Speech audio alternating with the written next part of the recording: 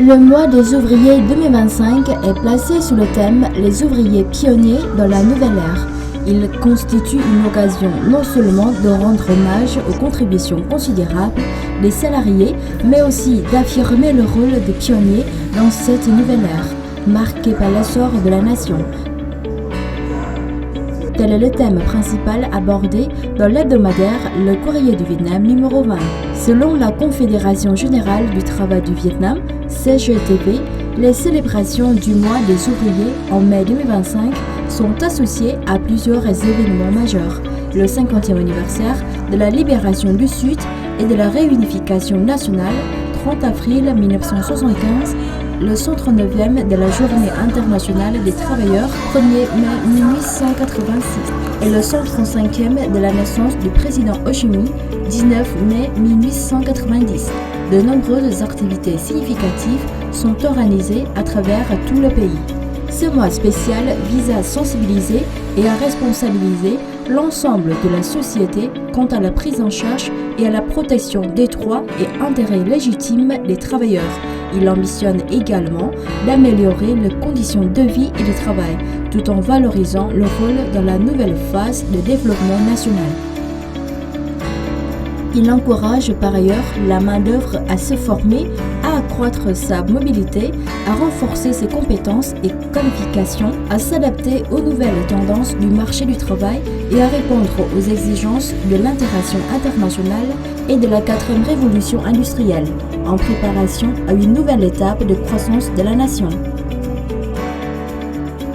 À cette occasion, le Courrier du Vietnam met en lumière le mouvement d'émulation travailleurs qualifiés, travailleurs créatifs. Ce mouvement dynamise le quotidien professionnel, favorise le développement des compétences et contribue activement à la croissance économique dans un monde en perpétuelle évolution. Pour célébrer le mois des ouvriers, de nombreuses mesures incitatives ont été mises en œuvre en faveur des travailleurs par les syndicats et les entreprises de la province de Dong Nai au sud. Selon la Fédération provinciale du travail de Dong Nai, depuis février, les organisations syndicales de tout niveau multiplient les mouvements d'émulation ainsi que les activités culturelles et sportives en l'honneur des grandes fêtes nationales. Ces initiatives permettent aux salariés de se détendre, d'enrichir leur vie culturelle et spirituelle et de contribuer au développement des entreprises ainsi que de la localité. Les informations complémentaires sont disponibles dans le Courrier du Vietnam numéro 20 ou sur le site web lecourrier.vn.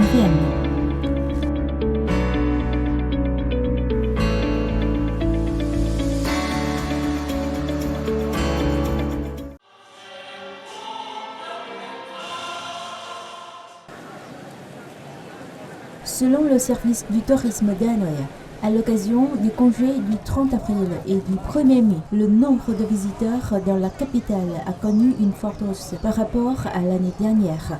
Hanoï a accueilli environ 900 000 visiteurs, soit une augmentation de 19% par rapport à la même période en 2024.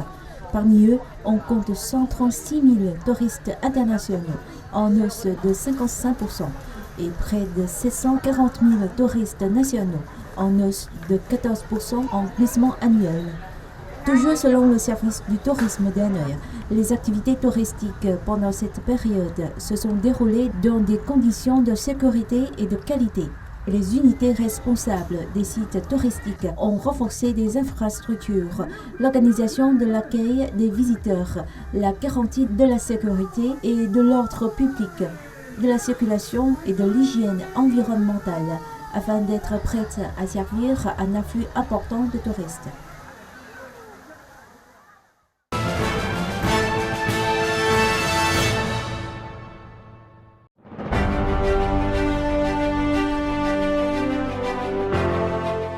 La région du sud-est regroupe 6 villes et provinces, à savoir Ho Chi Minh Ville, Bình Dương, Đồng Nai, Bà Rịa Vũng Tàu, Tây Ninh et Bình Phước.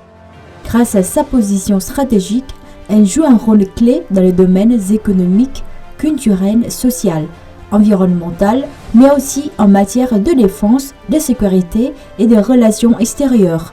Terre d'avant-garde, elle s'est illustrée par des percées économiques marquantes, en mettant en place des modèles dynamiques, véritables fers de lance du développement du pays.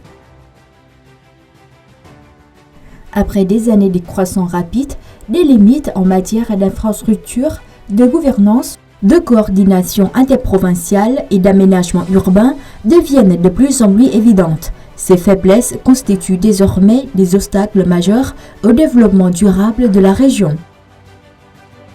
C'est dans ce contexte que le plan d'aménagement de la région du Sud-Est pour la période 2021-2030, avec une vision à l'horizon 2050, approuvé par la décision numéro 370 du Premier ministre le 4 mai 2024, suscite de grands espoirs. Il vise à réorganiser l'espace de développement pour faire de cette région clé un nouveau pôle de croissance de l'Asie du Sud-Est.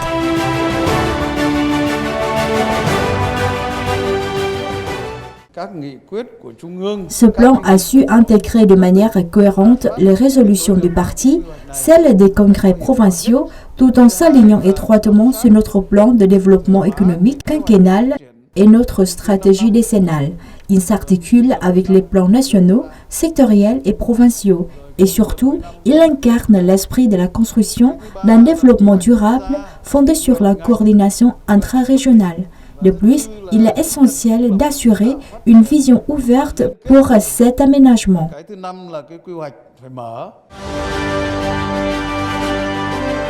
Le plan d'aménagement de la région Sud-Est a été élaboré de manière rigoureuse avec 4 grandes orientations stratégiques qui constituent l'essentiel de ce plan.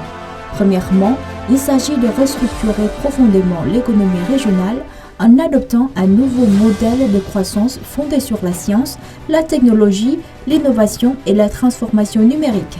L'accent est mis sur le développement d'industries modernes telles que les semi-conducteurs, la fabrication de puces électroniques, la logistique et la finance. Les zones à haute technologie seront concentrées autour de Ho Chi Minh Ville, Bình Dương et Dong Nai, tandis que les secteurs à forte intensité de main-d'œuvre et de ressources seront relocalisés vers des zones périphériques.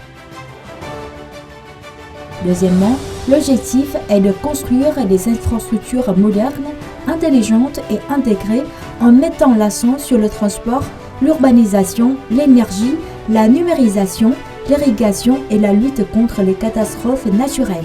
Le plan prévoit également de vastes investissements dans la construction des autoroutes, des chemins de fer, des ports maritimes et des aéroports, notamment l'aéroport international de Long Thanh.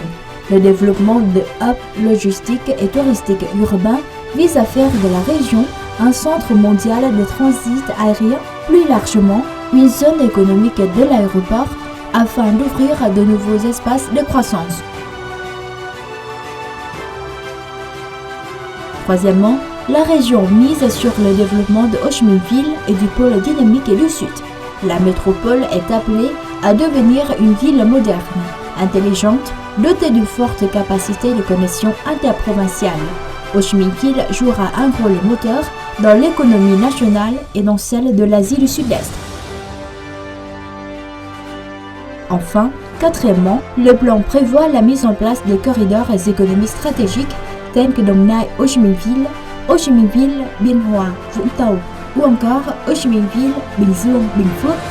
Parallèlement, des corridors écologiques seront aménagés le long de la rivière Saigon et du fleuve Dong Nai, combinant tourisme, économie fluviale et préservation culturelle.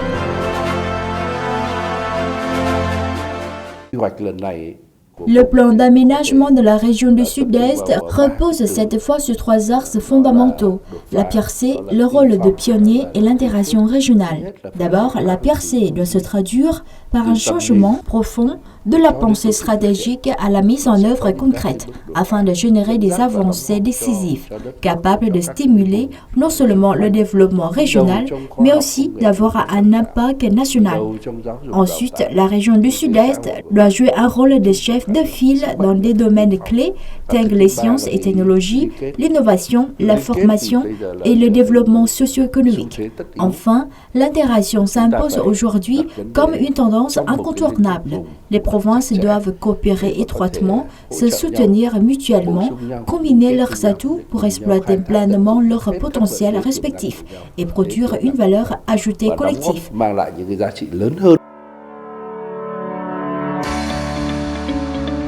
Dans la dynamique du plan directeur d'aménagement de la région sud-est pour la période 2021-2030, avec une vision à l'horizon 2050, l'année 2025 marque un tournant stratégique. Inspiré par cette feuille de route ambitieuse, les autorités locales de la région ont lancé une série d'initiatives fortes pour mobiliser pleinement les ressources en faveur de la croissance économique.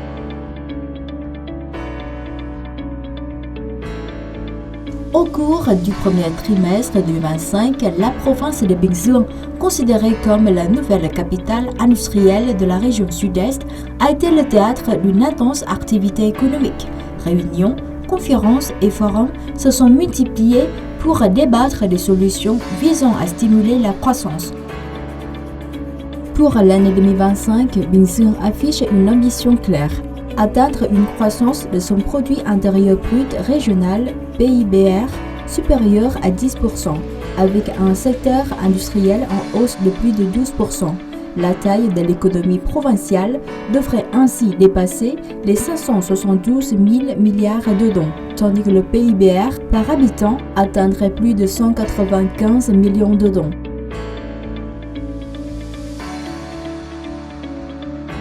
À l'image de Binh-duong, d'autres localités de la région sud-est comme Ô Chí Minh, Đồng Nai, Bình Phước ou encore Bà Rịa Vũng Tàu tirent parti de leurs atouts spécifiques pour dessiner un paysage économique dynamique et diversifié. Ô Chí Minh se positionne comme le moteur économique du pays, en tête sur les technologies de pointe, le tourisme et les échanges commerciaux internationaux. Bà Rịa Vũng Tàu s'impose avec ses ports en eau profonde, ses services logistiques et ses activités pétrolières. Đồng Nai reste un bastion industriel polyvalent, tandis que Bình Phước émerge comme leader dans la culture et l'exportation de produits agricoles tels que la noix de cajou, le cachou et le poivre, attirant un flux croissant d'investissements étrangers. Forte de ses atouts, la région sud-est s'engage dans une nouvelle phase avec des objectifs de croissance ambitieux pour 2025, visant entre 8% et 10% de hausse du PIBR. Certaines localités comme Ô Chí Minh, Bà Rịa Vũng Tàu, Đồng Nai et Binh-duong visent même plus de 10%. La mégapole du Sud va encore plus loin, bien que l'objectif fixé par le gouvernement national pour la mégapole du Sud soit de 8,5%. Elle s'est fixé une barre plus haute. Dépasser les 10% de croissance économique, une ambition affirmée pour conforter son rôle de locomotive de la région et du pays tout entier.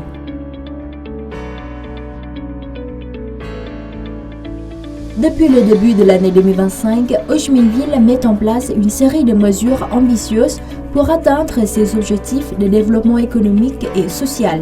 La ville concentre ses efforts sur des plans stratégiques majeurs comme la mobilisation du financement total de l'investissement social, la levée des obstacles pour les entreprises, l'amélioration de l'environnement d'investissement et l'optimisation de la gestion. L'accent est mis sur la mobilisation de nouvelles ressources, en particulier dans les secteurs modernes tels que l'économie verte, l'économie circulaire, l'économie numérique, l'économie nocturne, le tourisme fluvial urbain et l'industrie culturelle. Ces initiatives visent à diversifier l'économie de la ville et à la rendre plus durable et compétitive sur la scène internationale.